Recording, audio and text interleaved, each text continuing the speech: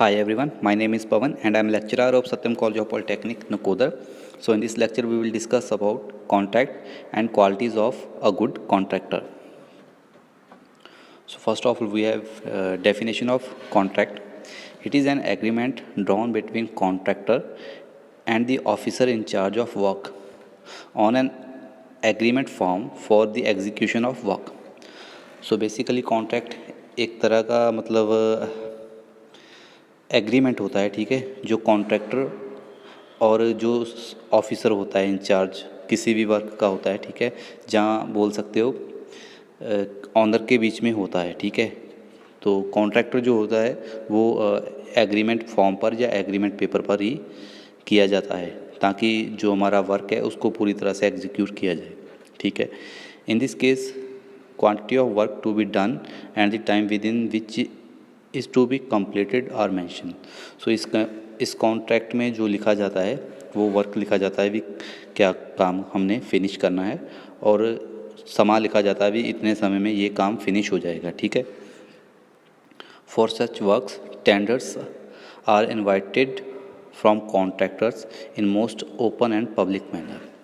सो इस केस में जो हमारे कॉन्ट्रैक्टर्स होते हैं, ठीक है, उनसे टेंडर्स लिए जाते हैं, ठीक है।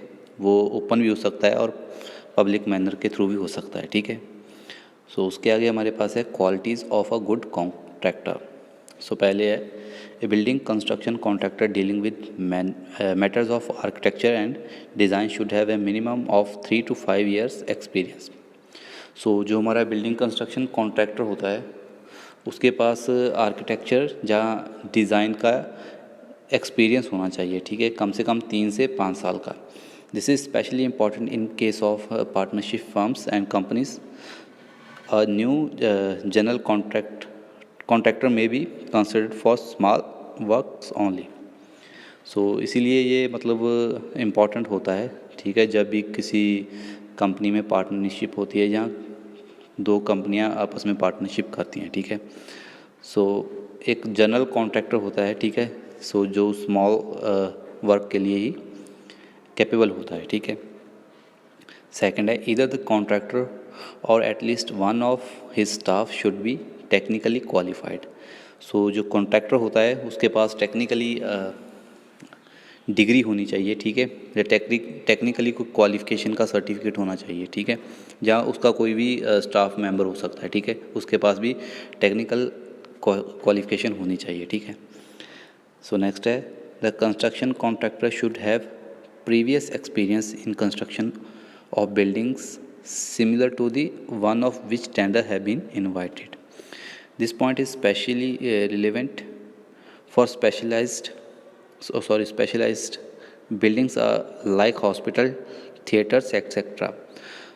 So जो हमारा कॉन्ट्रैक्टर होता है, ठीक है, उसके पास जो हमारे उसने पहले काम किया होता है, ठीक है, उसका एक्सपीरियंसेस होना चाहिए, ठीक है, उसके पास जो टेंडर्स उसने निकाले थे जब किसी को दिए थे, ठीक है, उसका रिकॉर्ड होना चाहिए, ठीक है। जैसे कि उसने सपोज करो कोई बिल्डिंग बनाई है, हॉस्पिटल की बिल्डिंग बनाई है, थिएटर बनाया है, ठीक है।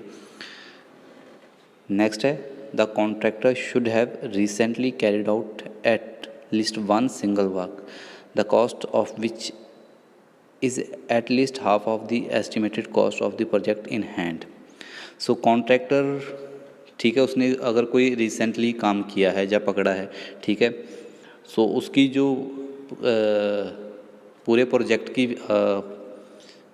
कॉस्ट होती है, ठीक है, कम से कम उसकी आधी कॉस्ट उस कॉन्ट्रैक्टर के हाथ में होनी चाहिए, ठीक है। The contractor should have the tools and plants necessary for the construction of the building. So कोई भी कॉन्ट्रैक्टर है उसके पास प्रॉपर टूल्स और प्लांटेशंस होनी चाहिए, ठीक है, जब भी वो किसी कंस्ट्रक्शन के लिए जाता है। नेक्स्ट है above all the contractors and in case a company its principal must have a mind to do good work. So जो हमारा कॉन्ट्रैक्टर होता है, ठीक है, वो इतना कैपेबल होना चाहिए भी एक अच्छा काम कर सके, जहाँ उसका जो स्टाफ मेंबर्स है, कंपनी मेंबर्स हैं, ठीक है, इतने कैपेबल होने चाहिए भी एक अच्छा कंस्ट्रक्शन वर्क कर सकें। He should be known for fair and honest dealings and his ability to maintain cordial relation with the employees.